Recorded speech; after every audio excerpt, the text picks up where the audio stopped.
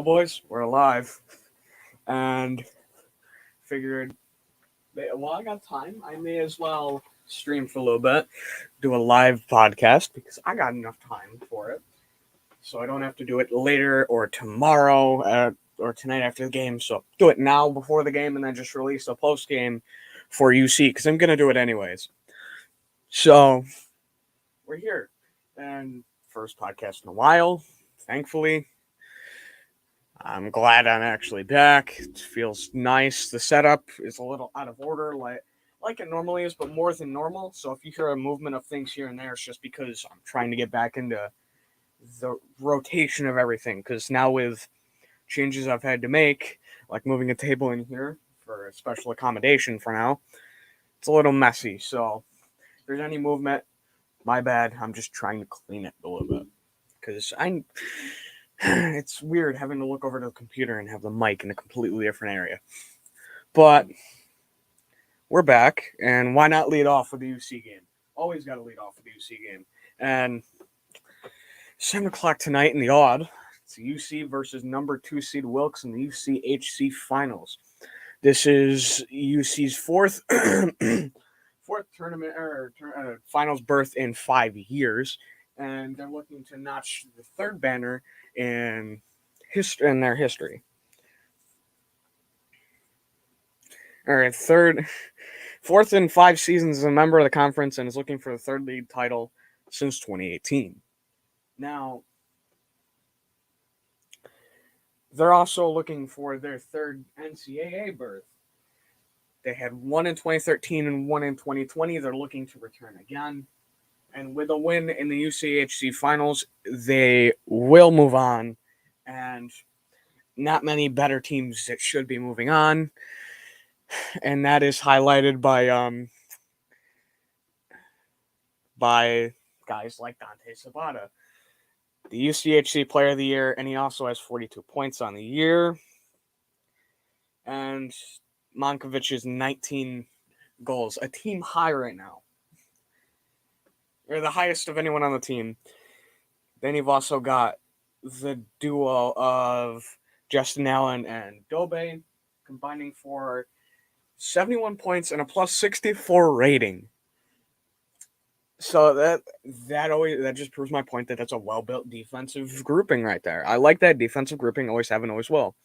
Dickinson is 15-1 on the season between the pipes.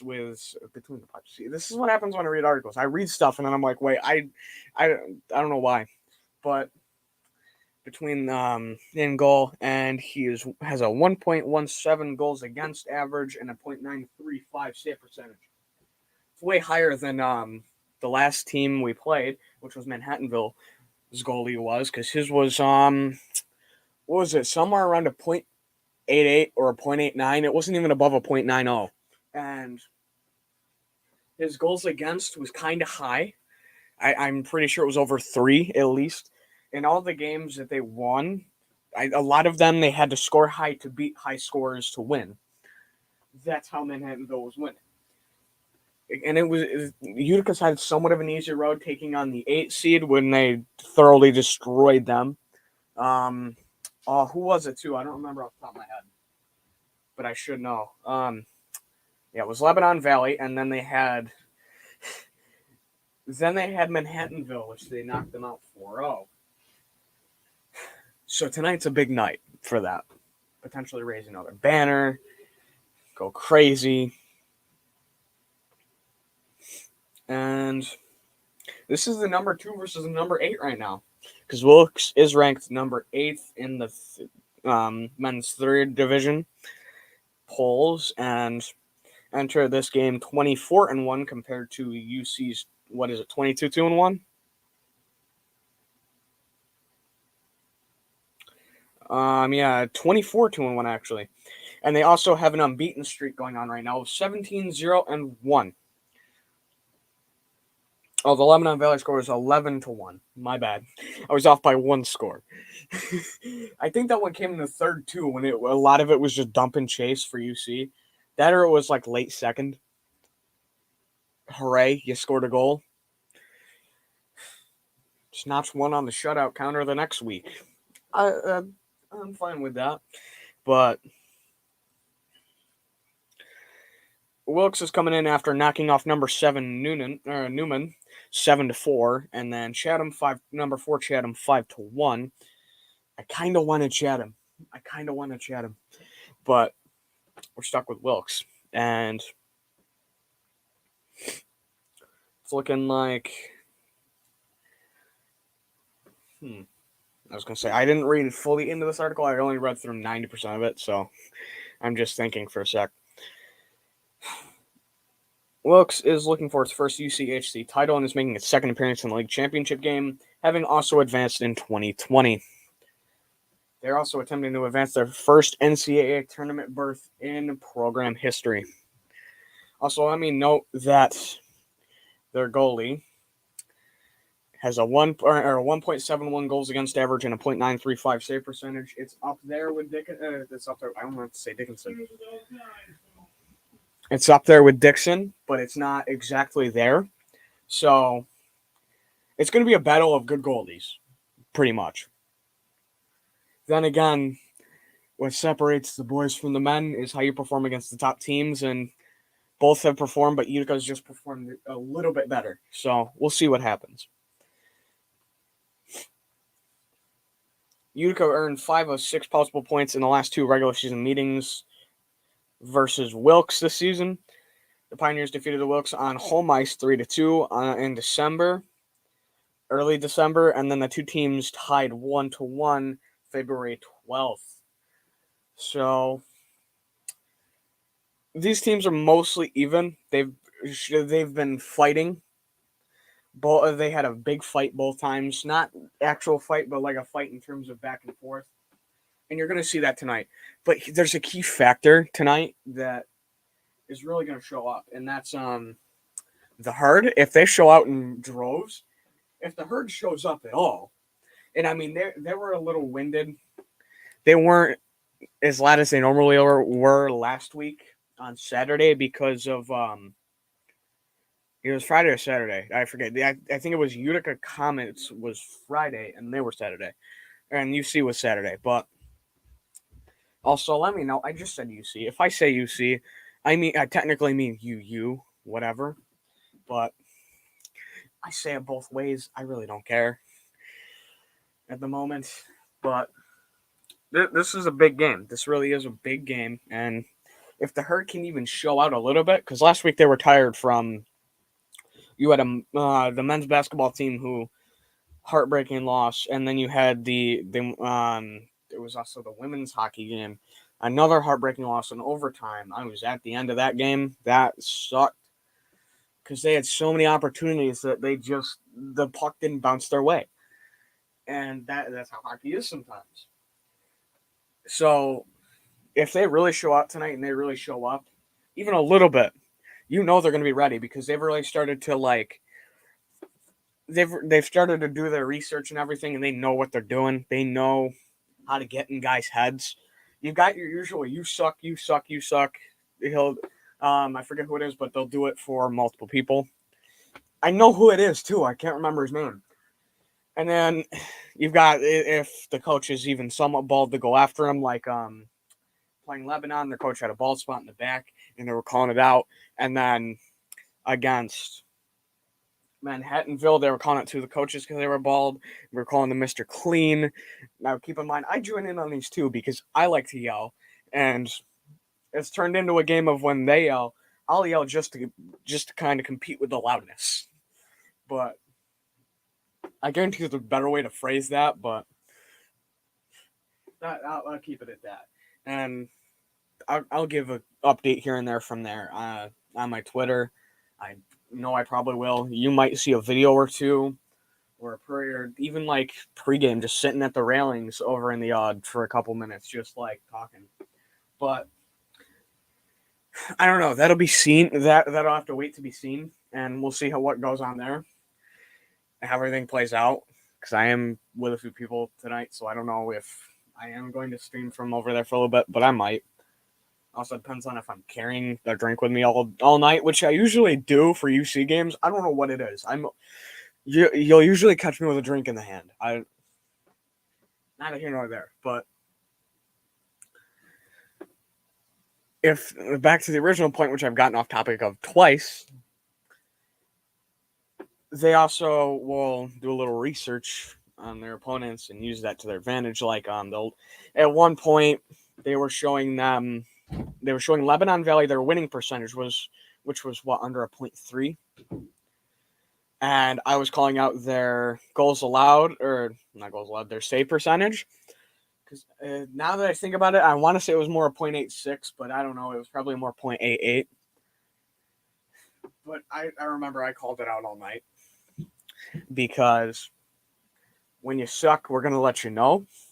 And tonight's going to be another one of those nights. I did kind of change sleeping patterns a little tonight, so I'm fully ready to yell. I'm going to be losing my voice after, which is why I kind of didn't want to stream after, because I'd come in and like half of my voice would be gone immediately from the get-go. But yeah, it'll be interesting. I mean, the Herd's always creative with what they do, so it'll be interesting to see what they do tonight, and hopefully the guy behind us isn't too annoying, because he yells at us to sit down when we're just making hockey fun. We're having fun. And like, that's not the only thing the Herd does is heckle the other team. We're trying to start a "We Are Utica" chant. I think it's whoever's going to be on the far side, not the bench side, but the penalty box side is going to be not "We Are Utica," and the bench side will be "We Are." I don't know for sure. I haven't gotten the memo on it tonight. I'll get it. I'll probably end up hearing about it later. But like the "We Are Utica," the "You Can't Do That," stuff like that. That just, some of those chants will just get the team going. That's all you need to do, really, is get the team going. But it'll be interesting. Can't wait to see what the guys do, from Osmondson to Larson to Makovich, Scoville. Makovich, not Makovich. I say it like there's an A in the name. My bad if I ever do. Dixon, all those guys. I can't wait to see what they do tonight. And let's see if the brick wall and goal continues to stand strong. Because if we can start that chant tonight, I would love it. But, the Odd is a different atmosphere. It is a great atmosphere if you're a Utica person, if you're a Utica fan. And it's going to be loud tonight. So Wilkes better show up on their game. Because with how last game went, because who did we get to squirt the water at the Herd? It was 44. Manhattanville. I don't remember his name. But they called him out bad enough where he got mad and tried to squirt water on him, because they're right behind the visiting bench. And it sets them off more. I don't know why certain people don't get the memo. You don't do things to let them know. It's angering you because they take it a step further. Why do people not get that? I mean, it's funny for us, but I don't know why people don't get that. That's just me. Now, pivoting into Rangers territory. Oh, great, Rangers territory. I love pivoting into this one, huh? I was going to say, now I got to pull up the box score. I'm never ready for these podcasts. Anyone who's watched before knows I'm never prepared.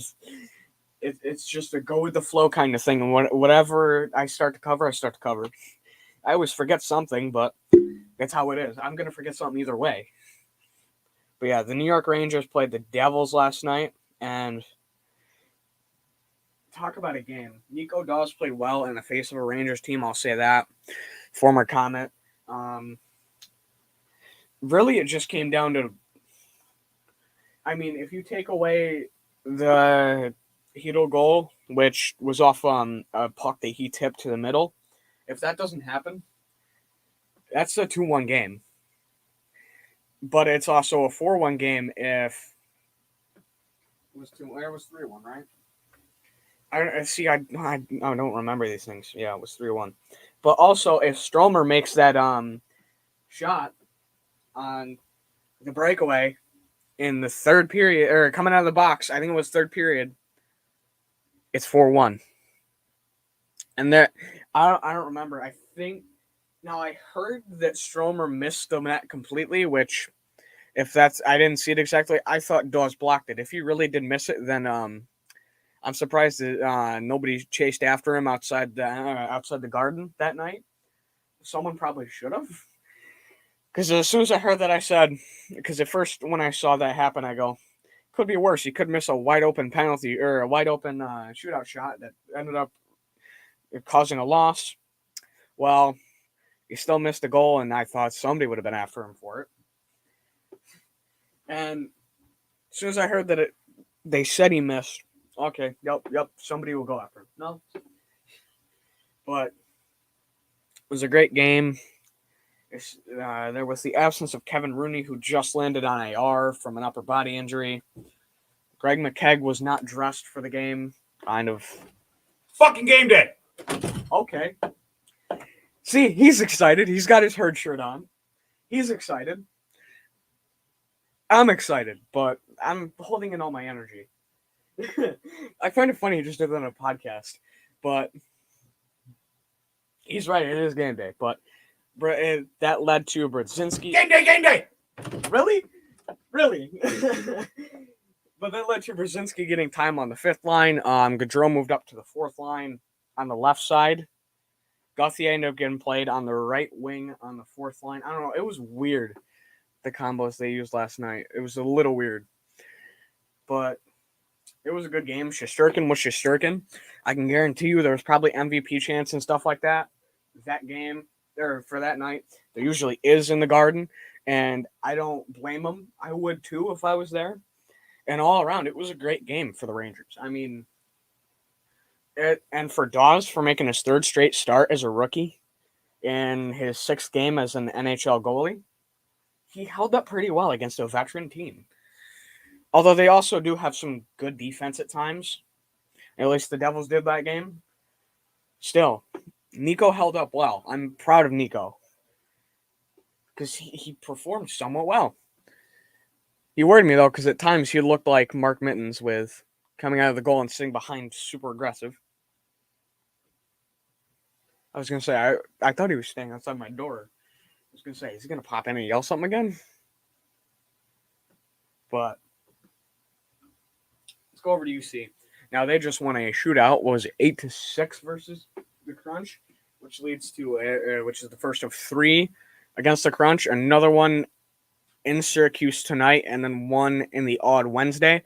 Oh my God, can we stop playing Rochester and Syracuse? Please. Play somebody else. I don't care who it is. I don't care if it's the Wolfpack or someone on the West Coast. I'm tired of playing Rochester and Syracuse. We've got what, 3 or 4 more games against Syracuse and a couple against Rochester, including one next weekend on Sunday. Why? Can we just not? I'm tired of seeing the same people. I mean, I love destroying the same team over and over and destroying confidence, but you only need to go so far. You can only go so far in destroying one team's confidence before, like, I. Time to calm down, people. But yeah, Comets have been playing somewhat well recently. I mean, they're away for the rest. They were away earlier in the week. They're away tonight. They come back for a full week next week. It's been weird not having going a full week without Comets is kind of weird, and I'm not used to it. I'm really not used to it. But hey, I'll say this. They're performing well.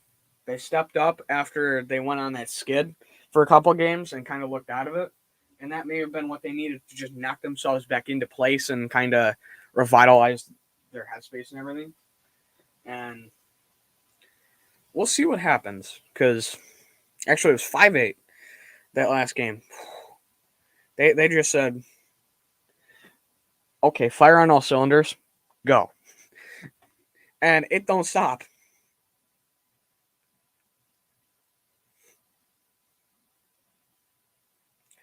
It didn't give me the box score.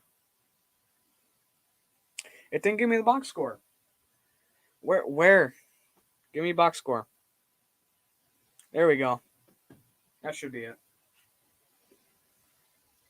Hopefully this gives me a box score. Yep, okay.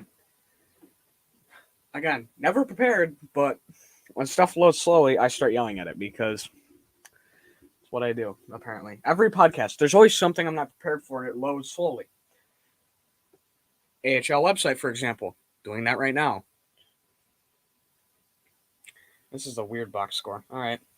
It's not the normal layout I'm used to, I should say.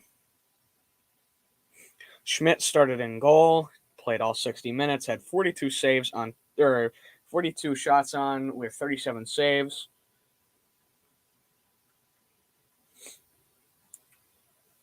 And goals went to Vukojevic, Alexander Holtzy, Flynn, Freer the Greer, AJ Greer, Zet, Foote, Gauthier, and Clark.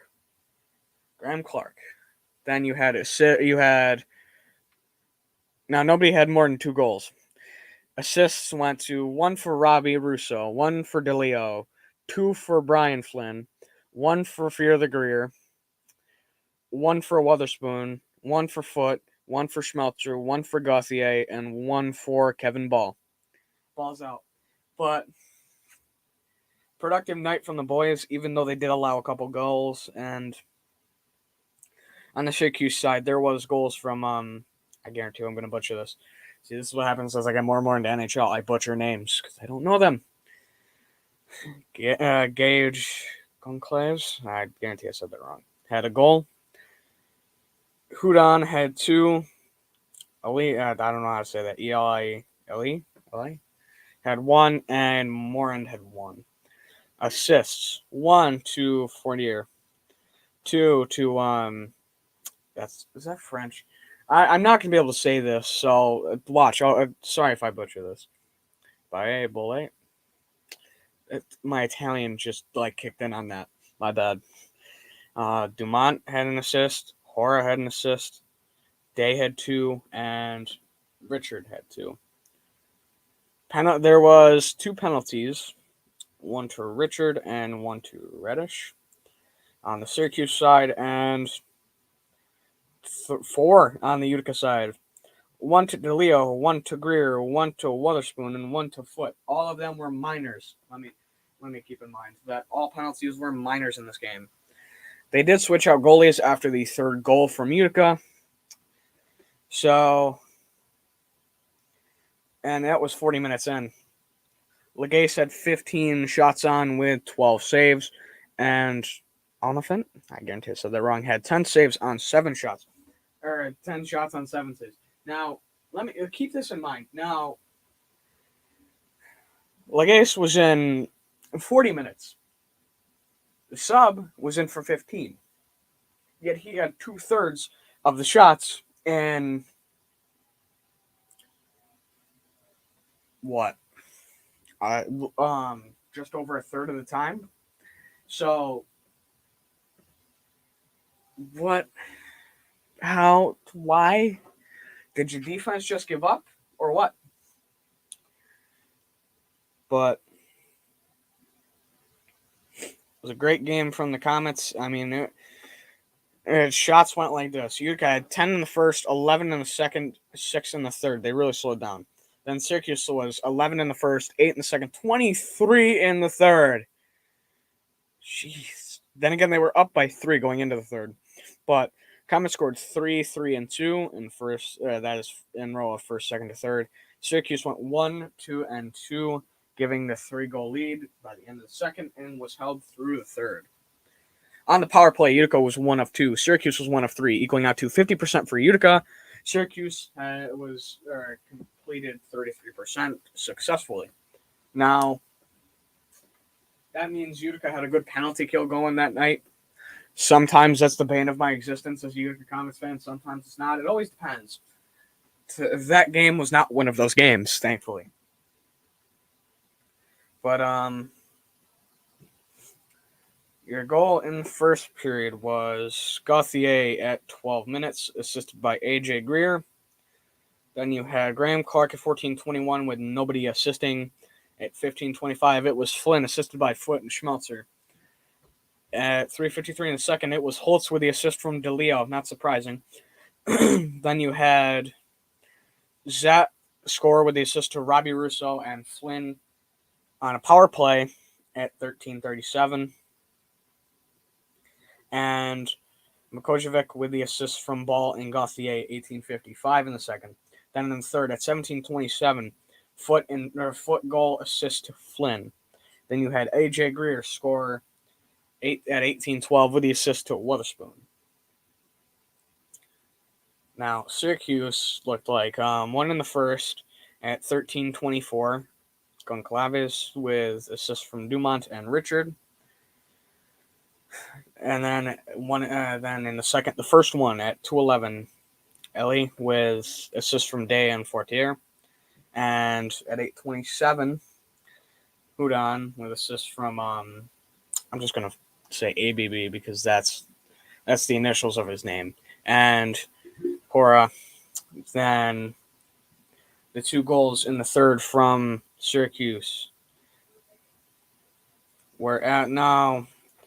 This one is a power play at 13:23 from Houdon with assist from ABB and Day. And then you had Morin score with no assist at 17:33.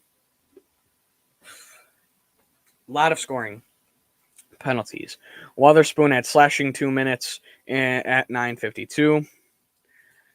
Then you had too many men from the bench served by Morand. Now, keep in mind the Witherspoon penalty was in the first at 9:52. This one is in the beginning of the second at 4:57. Then at 11:45, Radish gets a hooking in 2 minutes. At 5:04 in the third, Greer gets a holding. Then at 12:53, Foote gets a tripping. Then at 16:08, DeLeo gets high staking and Richard gets slashing. DeLeo of Utica and then Richard of Syracuse. So, good game. 3 stars. Number 1 went to Brian Flynn. Number 2, Charles Houdon. Number 3, Akira Schmidt. Okay. Utica in total produced 18 points in this game. Syracuse produced 13. Attendance was 3.9 thousand. It's specifically 3988, almost 4K. And the length of this game was 2 hours and 28 minutes. Why did I say that? I have no idea. It was just at the bottom. I figured I'd know. But, I don't know. That'll basically wrap it up. I know it's over the usual of around 20 minutes or 20, 25 minutes for the average podcast on here. But usually my high scores are a little longer. Right now, I just figured I'd get it out while I can. And then do some stuff before the Utica game. Go tweet a little bit about it. Yell. Take some videos. Come back tomorrow morning because I want to have a voice that night. And talk about the game. Or tomorrow, sometime tomorrow. Talk about the game. Toss up some videos on the screen. Talk about it. Depending on if we won or lost. There may be energy. I don't know. Which I usually like to calm down when I do videos. But, you know, Utica plays in 5 hours. I'm going to be there. I'm going to be there basically early, really early, like normal, because that's what we do, roaming around the odd. And, you know, it's going to be a fun time. It's going to be great. If there's anyone who's going tonight, I hope you have fun. Look out for the herd. That kind of is a joke. It kind of isn't, just because you'll know where they are, because sometimes they're really loud. But enjoy the game if you're watching. If not, have a great rest of your day. To anyone who's watching right now, thank you. To anyone who will watch later on the playback or whatever, thank you for watching. This has been another stream and podcast. I'll be back sometime within the next 26 or 36 hours, probably. Well, 34 hours with more content. But you know I am. Peace.